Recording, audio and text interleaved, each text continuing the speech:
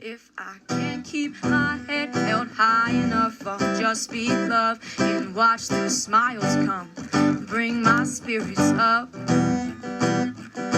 There's some shit I like to fix, but I still know that I'm blessed.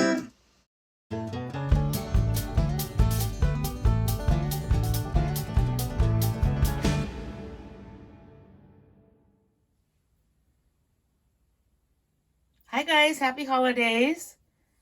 I got my Honeysuckle Rose album out again. Of course, in honor of Willie, because we're going to be reading the Pretty Paper holiday book by Willie Nelson. And it's a true story, by the way. His books are about his life normally.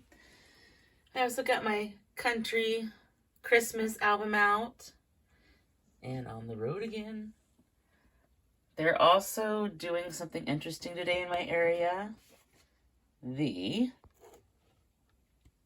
gas company is flying a helicopter back and forth, back and forth, back and forth, like a lawnmower is how they described it when they gave us a heads up, to search for methane gas leaks along the methane pipeline here. So sorry about the helicopters, but as you know, every day it's something around here, so we can't let that stop us. Today we're heading into the second section of the pink pages of the Pretty Paper book, and remember the colored pages represent Vernon speaking. On the colored pages he left for Willie. So it's a big section. Let's see how far I can get through it today. All right. Be comfortable. Here we go. I left off with bright yellow paper, and I'm starting off with bright yellow because yellow's the color of the sun. Skeeter used to say, every time the sun comes up, you got reason to be hopeful. Another day, another song. I stopped writing my story when Skeeter had taught me his easygoing song because I wanted to end up on an upbeat note. The whole point of writing was to lift my spirits and sing my blues away. I wanted to leave off when my attitude had turned from sad to glad, and I felt I had a reason to live. Well, that might have been the happy ending of that chapter, but there were other chapters that weren't very happy. I thought I didn't need to write about those chapters. I thought I could forget them. During the day, I could beat back those memories, but when I fell asleep, the nightmares were always there. The memories became the nightmares. Now, I want the nightmares to stop. And I figure the only way to do that is to write out the rest of my story. This is light blue paper, not dark blue, because even though I was still down from losing Marla, my mood wasn't completely dark. I found a way to keep going. I moved back home to Round Rock, where I was known as Joy Goodson's grandson. In Round Rock, there were folks who cared about me. Two of these folks, Meg and Tom Newberry, were friends of my grandmother's. They were good people who'd known me my whole life. They owned a small building that housed their antique store on East Austin Avenue. They said I could stay in the apartment above the building until I got back on my feet. God bless Meg and Tom. For the first week or so, I hardly went out. I had my guitar and kept playing Skeeter's Easy Going over and over again. I do believe that song got me through the worst of it. One Sunday morning, Meg and Tom asked me to go to church with them. The same church that Grandma had attended. I wasn't all that eager to go, but given the Newberry's generosity, how could I refuse? I don't know whether Reverend Olin had been told about my circumstances, but his sermon seemed directed right at me. The topic was overcoming misfortunes. He said that misfortunes are temporary. You get past them by turning lemons into lemonade. Sorry. I could have easily written that off as a cliche, except that Grandma was always saying that very same thing. Sitting in church, I felt closer to my grandmother than I had since she passed that Christmas time. Now, I was glad to be there. The gladness didn't last long, though. When we stood to sing the closing hymn, I felt heat on the back of my neck as though someone was staring at me. I turned around, and 2 pews back I saw Cynthia Simone. Our eyes met. She offered me a small smile, and I tried to smile back. After the service, I walked out with Meg and Tom. Cynthia was waiting. She was with Ryan Smith, a guy we'd gone to high school with, her big sister Jill, and her mother, Virginia. I didn't know you were back, Vernon, said Cynthia. Just kind of passing through, I said. You remember Ryan, don't you? Sure. Hey, Ryan. And my mother. Hello, Mrs. Simone. Hello, Vernon. I'm glad you're back home. I was surprised at the kindness in Mrs. Oh, wait, sorry. I was surprised at the kindness in Mrs. Simone's greeting. I thought she'd still be angry about how Cynthia had once joined my band. Ryan and I are engaged, Cynthia was quick to say. Oh, well, congratulations. I've taken over my dad's Ford dealership. Sorry, guys. It's hard to know whose voice I'm doing. I'm blowing it. Bear with me. I've taken over my dad's Ford dealership, said Ryan. We're looking for a salesman on the used car lot, just in case you're looking for work. Thanks, I said, but I don't think I'd be too good at that. I'm not so sure, said Cynthia. You've always had a great personality, Vernon. Everyone likes you, and given the tough times we've both gone through with those horrible people and that crazy music business, maybe this is just what you need, something to bring you back to earth. I'm grateful for the offer, I said. I really am. I work there. I'm the office manager, said Jill in a sweet and alluring voice. I'd met Jill before, but really didn't know her. She was older than Cynthia by 2 years and, at least to my eyes, much prettier. Her long brown hair was straight and shiny and fell practically to her waist. She had bright eyes and a cute little nose. She was petite, no taller than 5'5", with a slender, well-proportioned figure. When she smiled, her whole face lit up. She had a sunshiny disposition that was hard to ignore. Well, think about it, said Ryan. I'm there all day, every day. I do hope you come by, Vernon, said Jill. Whenever my sister talked about the nightmare she went through with the band, you were the only one she said nice things about. I was lucky I got out in time, said Cynthia. But you didn't deserve what you got. You deserve better. That night I thought about what Cynthia had said. Maybe I did deserve better. Maybe I needed to forget the music thing, at least for a while, and try something else. My savings were slowly dwindling, and I couldn't live on the kindness of Meg and Tom forever. Besides, I was tired of feeling sorry for myself. Self-pity was getting me nowhere. Bottom line, I needed a job. Pink paper, because I woke up early Monday morning in time to see the sunrise, light the sky, a soft shade of pink. I put on the only suit I owned, the one Grandma bought me for my high school graduation, and drove out to see Ryan Smith.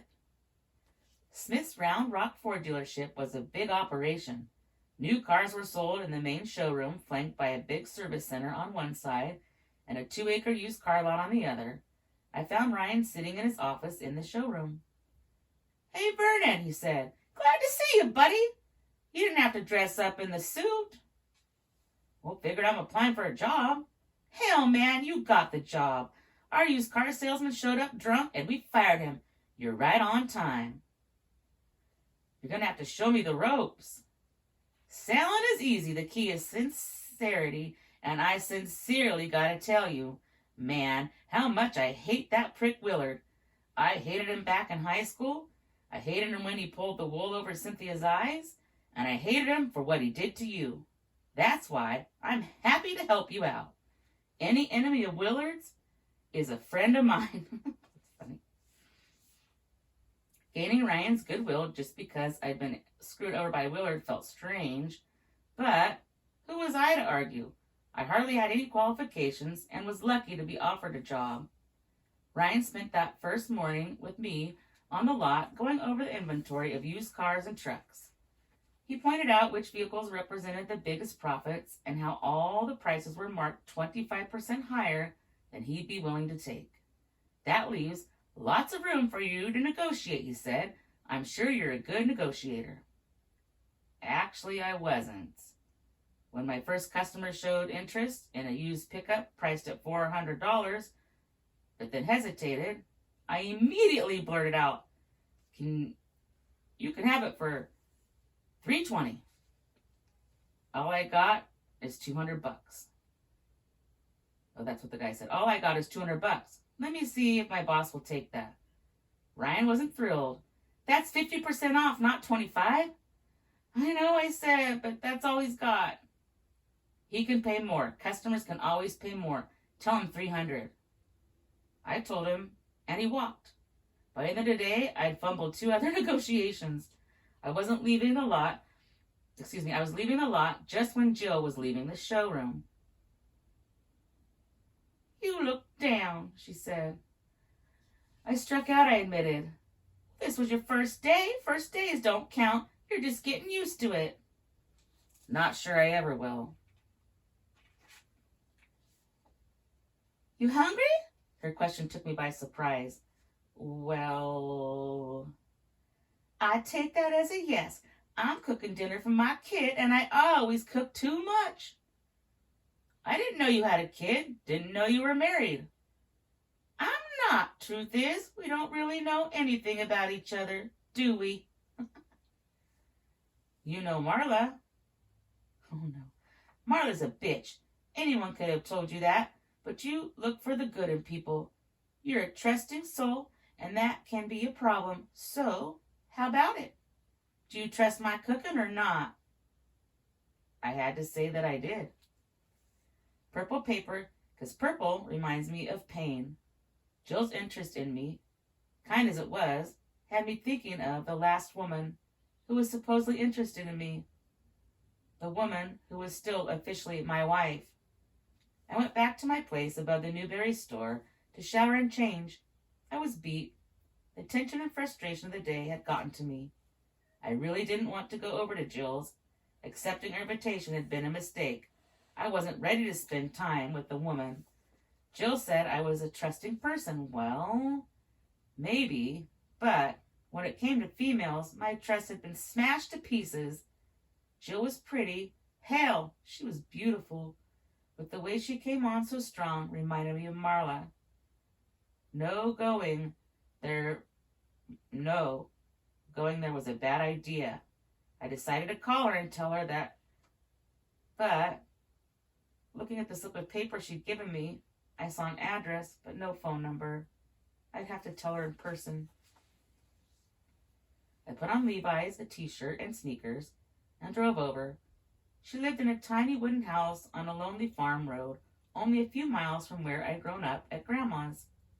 When I knocked at the door, my speech was all prepared. I'm really sorry, I was going to say, but this isn't a great idea. Hope you haven't gone to too much trouble. When the door opened, though, I didn't see Jill standing there. I saw a little girl holding a puppy in her arms. This is Toby, she said. Toby's a boy. You want to hold him? Well, he won't bite. He's nice. He's still a baby. Toby was a small ball of white fluff.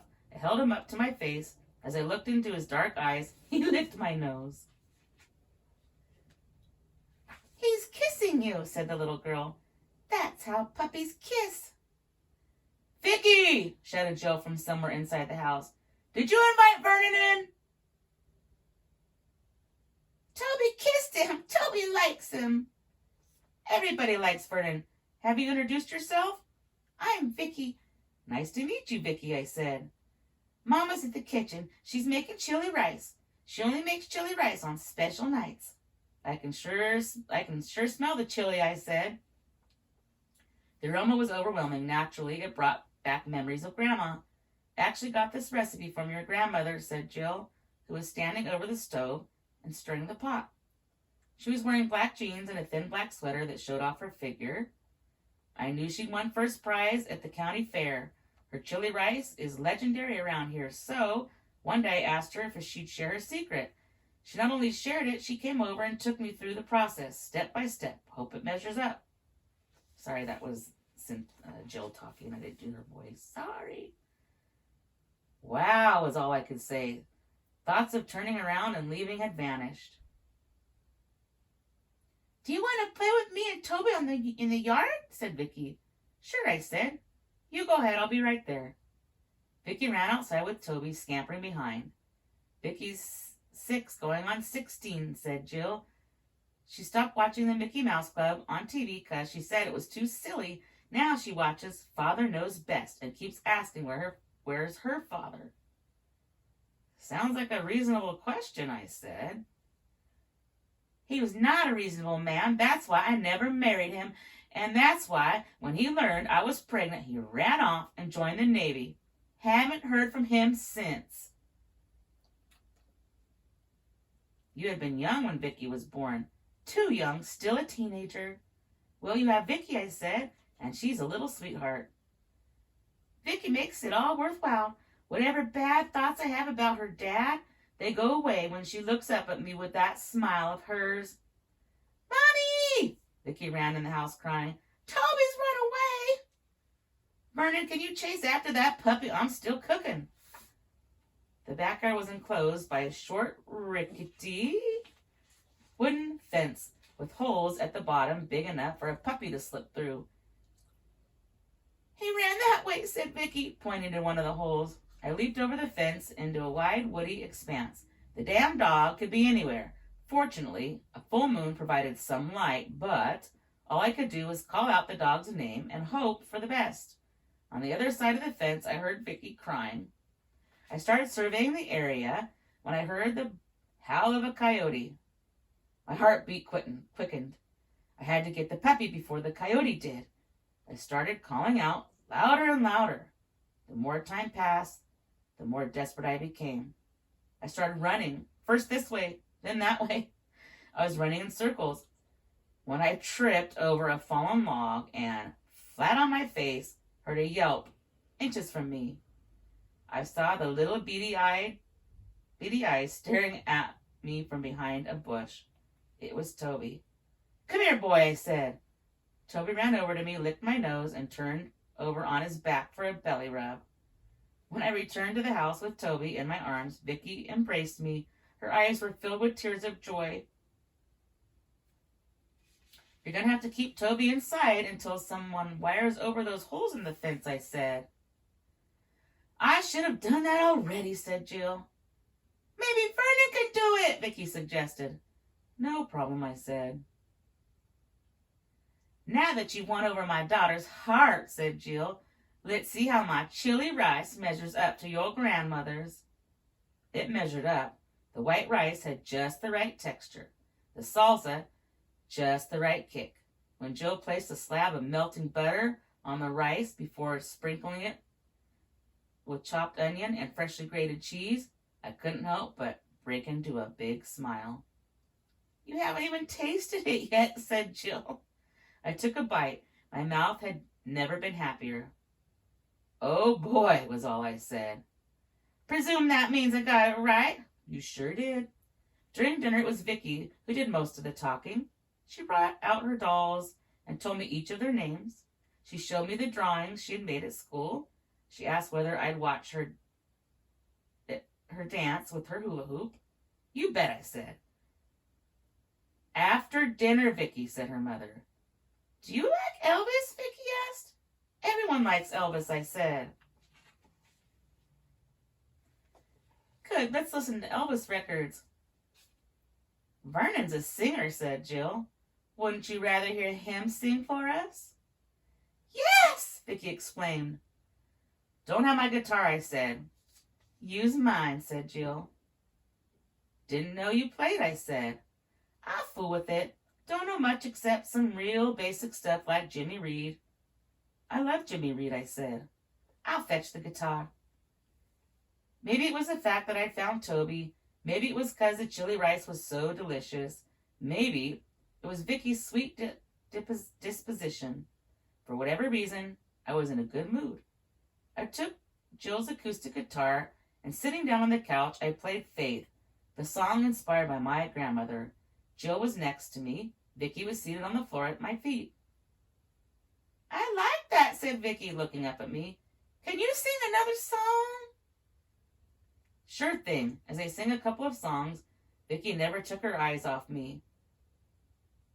Okay, sweetheart, said Jill. After my third song, time to turn in. You got one story, and that's it. Can Vernon tell me a story? Not sure I know any, I admitted. Well, you sure know songs, said Vicky. Can Vernon sing me another song, Mommy? You're wearing them out, Vicky. I don't mind, I said. Let's see here. This might be a good place to stop. Yep, I think I'm going to stop right there for now. And then I think I made it about halfway through the pink pages, so we'll finish the other half of the pink pages next time. Do you hear the helicopter, you guys? All right, happy holidays. See you next time. Bye. If I can't keep my head held high enough, I'll just be love and watch the smiles come. Thanks for watching. Bring my spirits up. Don't forget to stop and smell the flowers. There's some shit I like to fix, but I still know that I'm blessed.